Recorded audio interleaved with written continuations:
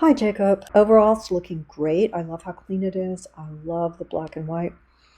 You may want to make sure that this looks like it might be an image here rather than actual text, but double check that. Maybe it's my eyes, but just make sure that it's not, fuzzy there.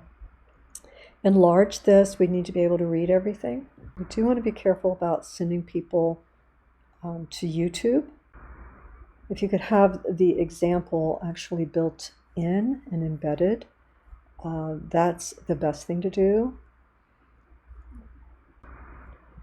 Once people go to YouTube, they don't usually come back, because that information is curated just for them. And that's fine if that's where you ultimately just want them to go. But if you want them to come back to your website, then it's better to have things embedded there, your examples.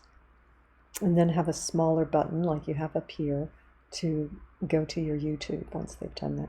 So the portfolio, we have to scroll down to. So this is important that we don't have it on in your header where it's on every page, or if you put it here on every page, because people will feel like they haven't changed to another page when they see the same image. It's like, I haven't changed. Here we can tell it has changed. Make sure that's a Google Voice, or at least not your personal cell, and not your personal address for sure. I'm sure you just have El Paso there. But when we go here, we're seeing the same thing we see here. So that can be confusing. Instead, what you want to do is quickly get into examples of your work. A little spacing there. You might start with whichever you think is, your favorite, that has, the best look to it. That's the one that you want to start, up here. Probably it wouldn't be this one necessarily. It feels too much like a spreadsheet, but you would have, a title up here, portfolio, and then you would get into maybe this one, a little space there. But otherwise, it's looking great. It's mostly aligned. You have some space here that isn't the same necessarily as the space between that header and the bottom. So, well, let's see. Maybe it is. I think it can get a little closer. Yeah, it's not quite. This is fun too. This could be your starting one too, whichever. Or